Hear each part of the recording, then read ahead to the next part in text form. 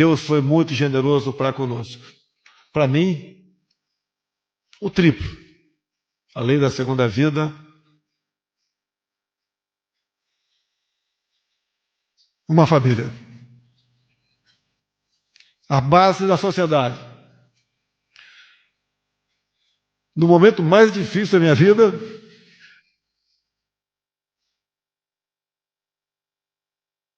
eu só pedia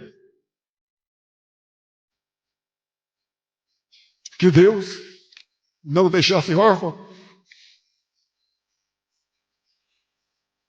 A minha filha de 7 anos.